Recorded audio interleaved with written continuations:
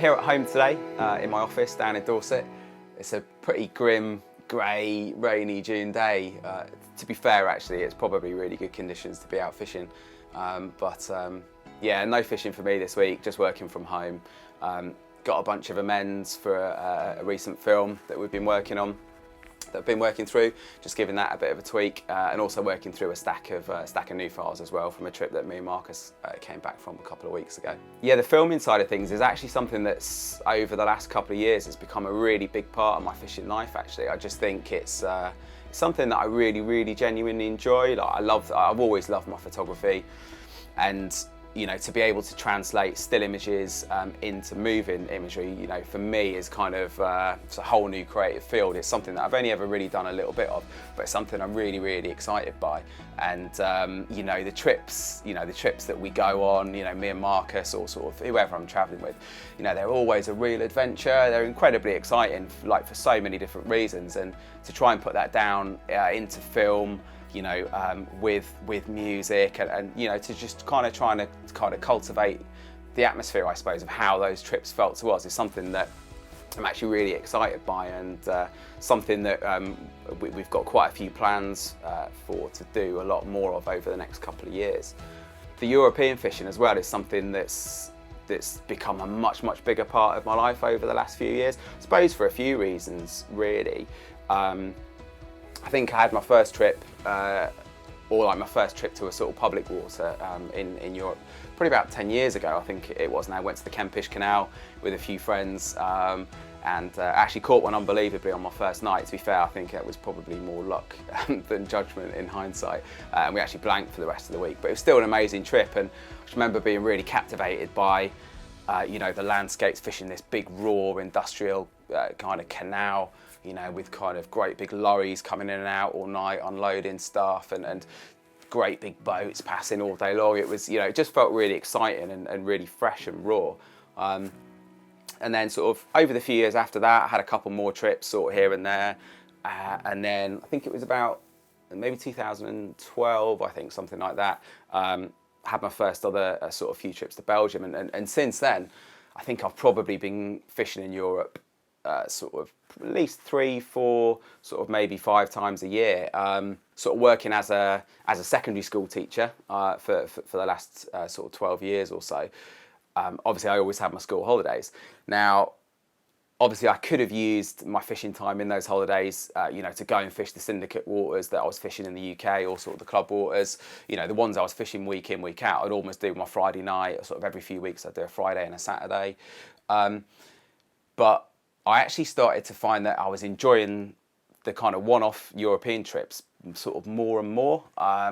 You know, I think turning up somewhere that's fairly quiet generally, there's either hardly any anglers or no anglers, and just turning up somewhere new, I think, and not really knowing what's in there, or maybe having just seen a little snippet of a photo of somewhere, or just, you know, having a little tip off from someone saying, oh, I think there's a few nice ones in there, or something like that. Turning up at those kind of places and fishing is just really exciting. I think for me personally as well, I'd done a lot of fishing for years and years in the UK, fishing for like big single target fish, knowing exactly what was in there, and you know, my whole year being sort of planned out around maybe certain areas in the lake or targeting certain fish, and you know, trying to build up to captures week in, week out, which obviously I'd really enjoyed, and you know, absolutely loved that, and sort of done it for years. But I think, you know, turning up and fishing all this different variety of different places, from like little canals to sort of big pits to you know, just all sorts, was just really exciting, and I think for me felt quite liberating, I think, and it almost kind of just like re-energized my fishing. And I think probably over the last sort of 3 or 4 years, where I ended up with a lot more commitments at work, and my time for my fishing, along with everything else, running sub and sort of doing other stuff, you know, having a sort of busy, you know, sort of home life as well, family and stuff,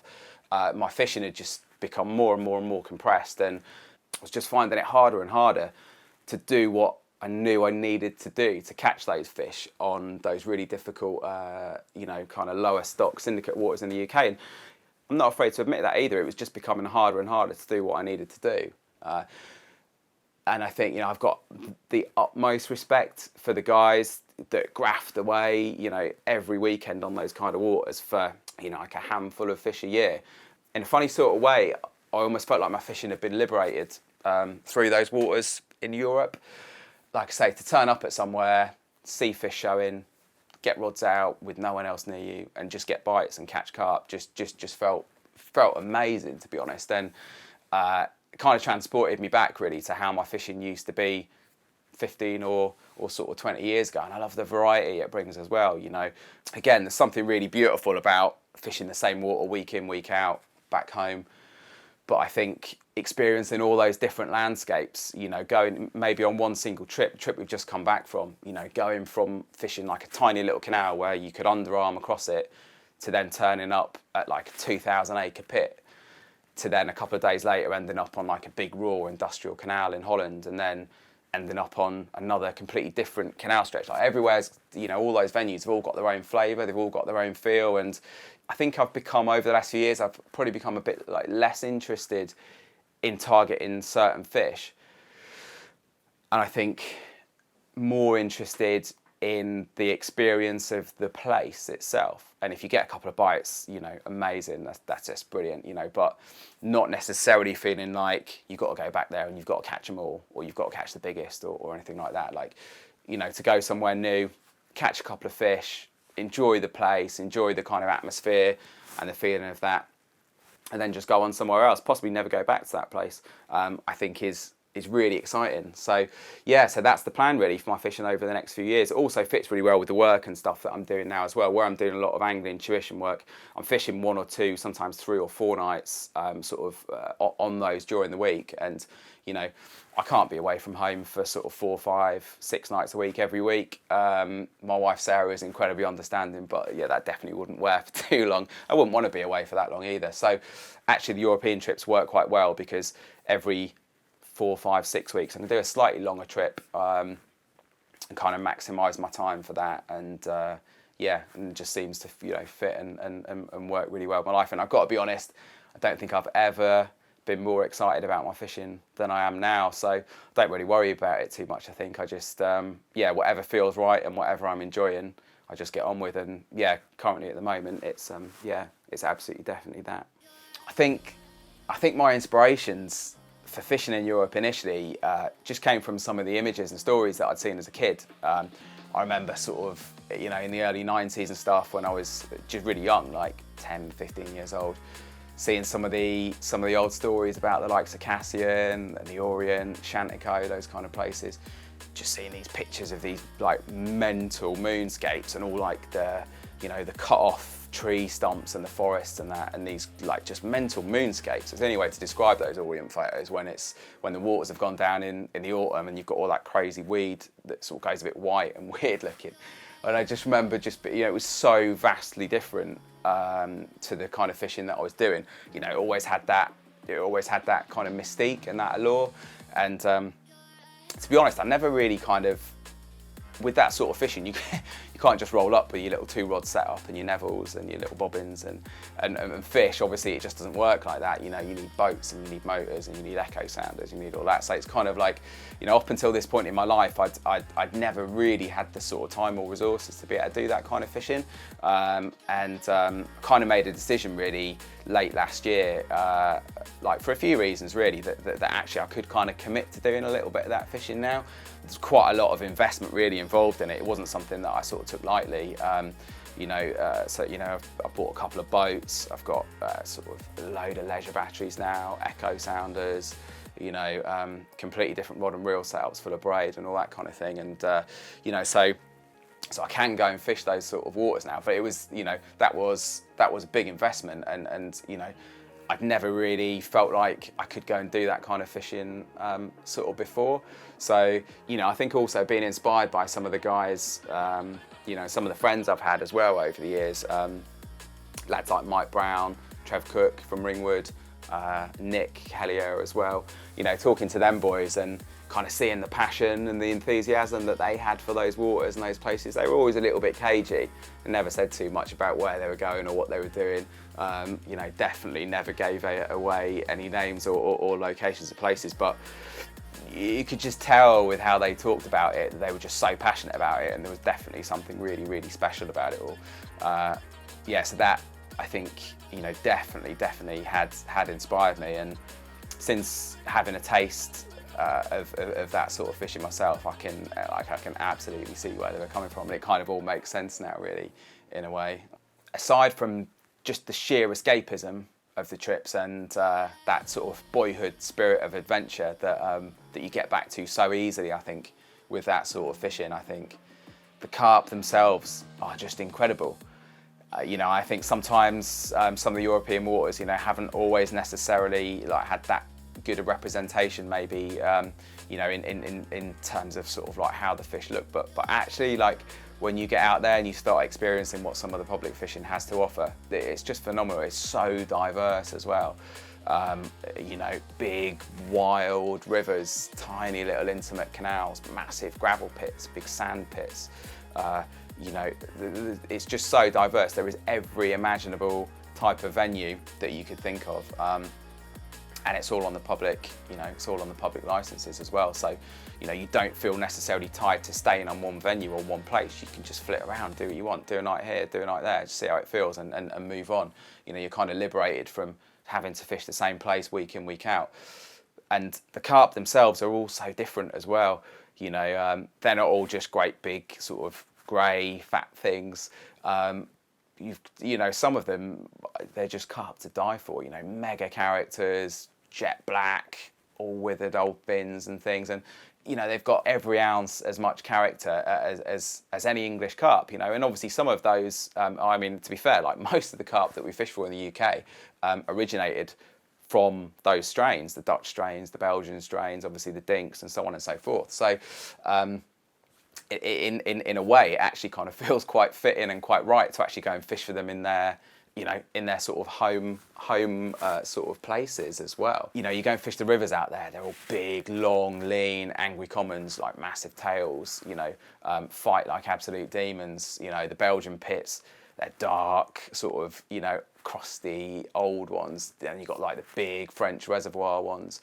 And then, you know, you go down to the Pyrenees and all the strains down there are sort of slightly different. And, you know, so they've all got their own feel and flavour as well. And, you know, I love that side of it. You know, there's one particular chain of pits in Belgium that we actually went back to quite a few times. So much so in the end, actually, that we, I mean, it was so lovely there that we just kind of kept getting drawn back. Like, initially we started flitting around, fishing different places, found those pits and kind of ended up, you know, going and fishing there quite a few times. And, you know, the more we got to find out about some of the characters and the fishing there, you know, the more we wanted to catch. And actually, it almost sort of turned into a sort of 3-4 year long campaign, but just fishing there once or twice a year. And in the end, it had all started to become just a little bit too familiar, and kind of that sense of escapism kind of wasn't really there in the end, but there was still a few of those characters. I think that kind of deep-seated English way of you know, wanting to catch particular carp really, you know, is still quite embedded, I think, in myself and Marcus as well and some of the other lads. So yeah, we basically made a pact last September just to go back to this chain of pits just one last time. It's a difficult one. It's really hard to target any fish on there other than making sure you fish in the right lake that the one you want to catch lives in. It's almost impossible really to target them because you can't really see them. They're hard to find. So, you know, you're just kind of like, you know, fishing through, basically hoping that those ones turn up. And we'd always fish for bites as well, just kind of flitting around, basically bite here, bite there, you know, maybe moving sort of every day, every other day.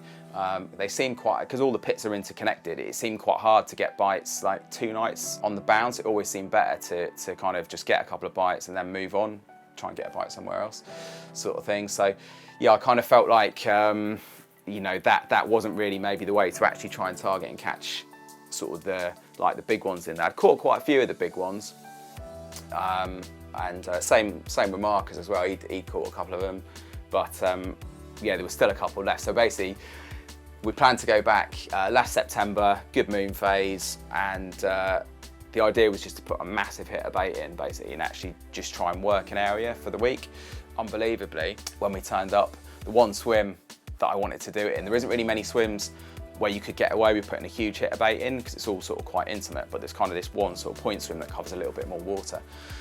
So I had the idea of putting a big hit of bait out there and trying to work it for the week. And yeah, typically, unbelievably, we got there was one person on the entire complex and they were in that swim. So we were at a little bit of a loss, really. Weren't really sort of too sure what to do. Spent all day looking around, didn't really find anything else. It got really late. We had about an hour left or something, I think, before it went dark. And we actually almost bailed for a different venue. We were just going to go somewhere completely different. But in the end, we were like, actually, do you know what? It's been a really long day. Set off at kind of like 1 a.m. Hadn't had really any sleep. We were like, well, let's just do a night here. We'll fish somewhere nice and close to the car park, just see what happens, and then maybe head off in the morning. So that was the plan. So we dropped in these couple of swims nearest the car park.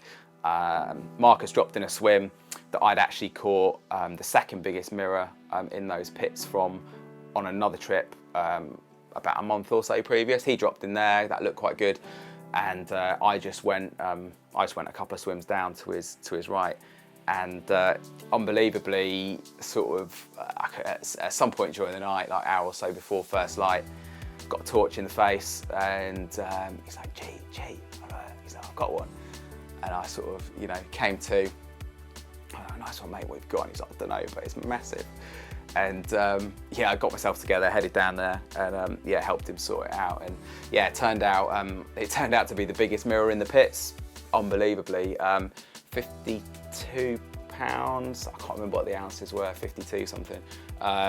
Yeah, mega carp, like really cool character, proper dark back on it, you know, lovely one, proper big, solid, chunky one. Similar sort of strain actually to the one that I'd caught out of there as well. So yes, that was like, you know, unbelievable really. First night 50 pounder. You can never ask for more than that, can you? It's funny actually, sort of, you know, we don't really go to those pits or sort of any of the waters in Europe really to fish for big carp. I think people automatically associate the European fishing with massive carp, you know, fishing for 50, 60, 70 pounders and stuff like that. But like, actually, like the size of them is honestly completely immaterial to me. You know, it's just the fact that you've got the peace and quiet, you've got the space to fish how you want, you can angle how you want, you can move, you know, you can flit around. Like that to me is far more important. I'm more than, you know, a 30-pound carp to me is still a massive carp. You know, if they're a really cool character, nice dark one, you know, then, you know, I'm more than happy catching those. You know, I haven't got any like real interest in going and chasing 50, 60, 70 pounders. If one comes along, then amazing, but that's, you know, definitely not the kind of sole purpose of that fishing, sort of far from it. So yeah, anyway, so trip was off to a mega start. Marcus has caught a 50 pounder, and yeah, unbelievably actually, I went for a look that next morning and the Austrian guys had gone. So that was sweet. So the plan was kind of back on really. So move around there. Unbelievably, actually found a couple of fish fizzing just really, really close in straight away. Still had my hook baits on from the night before. So left all the kit on the barrow, unhooked a rod, weighed it up for sort of 5-10 minutes, watched, swung a rig in, and just put the rod on the floor. And I almost got a take on camera actually, because I did actually film a little bit of the rod on the floor, and it was only a minute or so after I'd shut the camera off. It was pinged up tight and it was away. Bit of a battle in the weed, and it was a really, really lovely mirror, upper 30. Didn't weigh it actually. Strangely enough, like unless it looks like it's like 40 plus or bigger, generally don't really weigh the carp on those trips. Again, just because it doesn't really seem to matter. Like I always weigh my carp in England, always have done, but out there it just, for some reason, it just sort of doesn't really seem to matter. So yeah, I don't know, it was like upper 30, I think, probably something like that. Really cool character, massive big slopey head on it, big old lips, little fins, really nice one. It was actually one that I'd photographed for one of the local boys, I think 2 or 3 years earlier, and it was one that I really wanted to catch. So yeah, I was well chuffed for that. long story short, basically got myself settled in there. I did put a big hit of bait in the end, and yeah, the week played out really nicely actually. I think I caught 12 or 11, I think, or something in the end. A couple of really nice ones, big 40-pound linear, 40-pound common, and yeah, a couple of the other really nice characters that I wanted to catch. It was a really nice week. It was nice actually to stay in one swim for a change as well. Like usually we're chasing around, sometimes you're moving lakes, sometimes you're even moving countries. So it was actually quite nice for it just to be a little bit more laid back and a bit chilled. A couple of local lads came down as well, and we had a few social evenings and stuff. And yeah, it was a lovely week. Marcus actually, it was a weird one. Like even though I had those spots rocking, didn't really seem to be a lot happening elsewhere. And Marcus actually really struggled. I think he blanked for the next 2 or 3 nights, couldn't really find anything going on, and he was just sort of like a bit restless really, couldn't really get anything sort of happening. So he actually nipped off for a day session with one of our friends to another local pit, like 15-20 minutes away. And yeah, they had a lovely day, a couple of 30-pounders each, and some other really nice ones. And he then came back, and don't think he caught for the next couple of nights. And I was still steadily ticking away, kind of like sort of 1 or 2 a day. And then yeah, on the last night he moved, got his rod set on a couple of nice little spots in amongst the weeds. Typically of Marcus, you know, in the way he fishes, he sort of spent ages finding this tiny little spot in the weeds. You know, it took him like 30 or 40 drops or something, you know, it was only a tiny little sweet spot.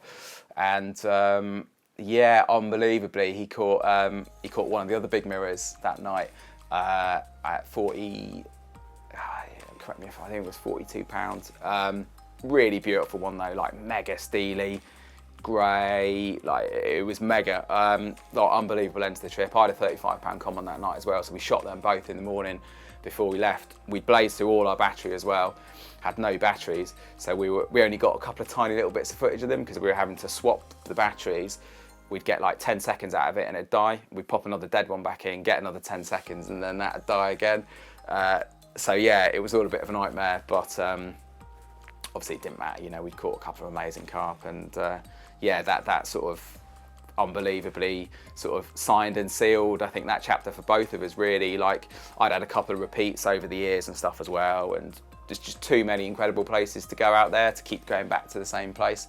So I made a vow, you know, to myself to make sure that I sort of yeah, went to different places from there on in. And yeah, since then have fished loads of different venues, 10, 15 maybe, I think. You know, some of the trips we fished 4, 5, 6 different places. Like I say, everything from, you know, like dusty, harsh, arid barrages down in the south of France to some amazing kind of like rocky mountainous places in the Pyrenees, to like big river gorges, you know, in deep valleys, to big open reservoirs. Done all sorts.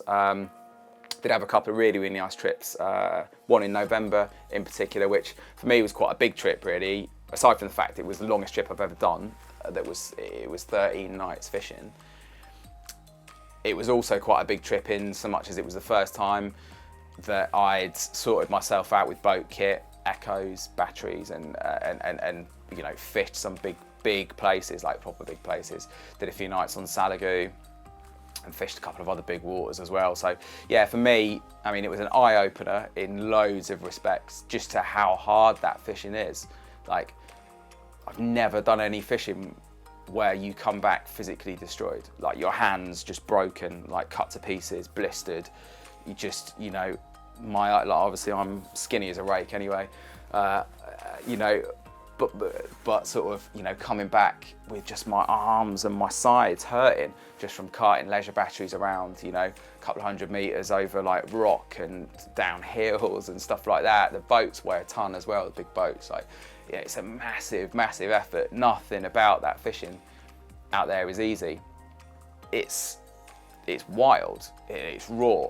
The challenges are just often things like, how the hell are we going to get to that swim? Have we got enough battery power to do 4 days over in that area and actually do all the drops because the wind is so rough, or how are we going to physically land fish safely, from that swim because of obstacles or whatever else. So it's a completely different set of problems and different set of challenges, and I think that in itself as well has been really exciting. I kind of I felt like up until fairly recently, I felt pretty confident and pretty sort of comfortable with my fishing, and that I knew what I was doing and I understood how to get around problems and how to cope with things. But I think half the time the fishing out there, I'm just looking at things thinking, I just don't know how to deal with this. Like, I don't know what to do. I've never come across this problem.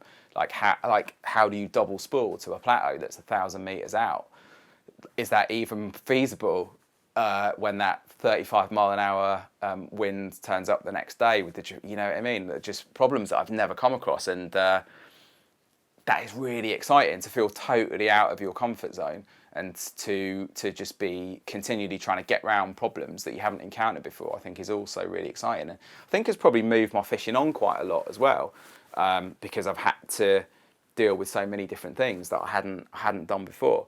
Yeah, so the November trip was a real eye-opener for me, and yeah, definitely inspired and motivated me massively to go and fish more of those kind of places. Waking up in some of those kind of landscapes every day was incredible, and just felt like a real privilege as well. And I am well aware as well that to do that sort of fishing does really feel like a privilege. But I think if you really want to do that sort of fishing deeply, enough, you'll find a way to do it. I think lots of the guys that I know that do that work incredibly hard to orchestrate their lives around that.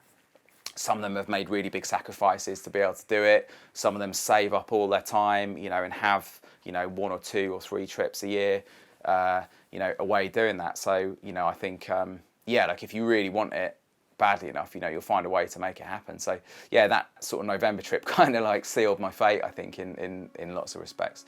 I did go back to the Pyrenees again in February.